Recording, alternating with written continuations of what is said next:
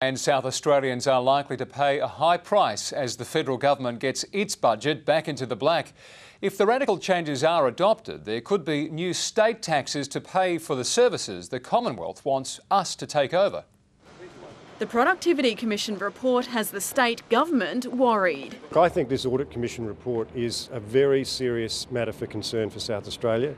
The report recommends the states take over paying for services such as education and health, as well as some infrastructure projects. Viewed from the perspective of the Commonwealth Treasury, I suppose that's a very attractive thing. I mean, I would like my next door neighbour to pay my mortgage. That could threaten services and cast doubt over projects like the South Road upgrade.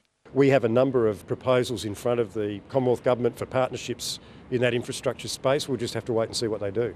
Economics professor John Spear thinks the country's debt level isn't as bad as the report suggests, and he believes the cuts will only stifle, not stimulate, South Australia's economy.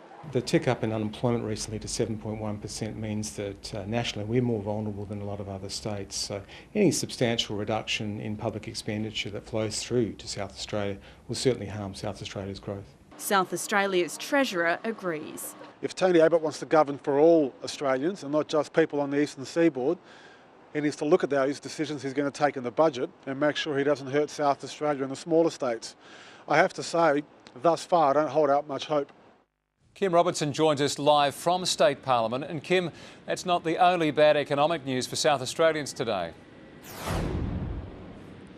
That's right, Brenton. Any hope of maintaining a Holden presence here in South Australia has now been dashed, with the car manufacturer announcing today that it will maintain an engineering centre in Australia after it stops producing cars in 2017, but not in Adelaide. Victoria's Lang Lang proving track will stay open for engineering and testing imports, and about 70 staff will remain there. But the future for South Australian Holden workers is still grim. Treasurer Tom Koutsantonis met with the Federal Industry Minister Ian Macfarlane in Brisbane last night.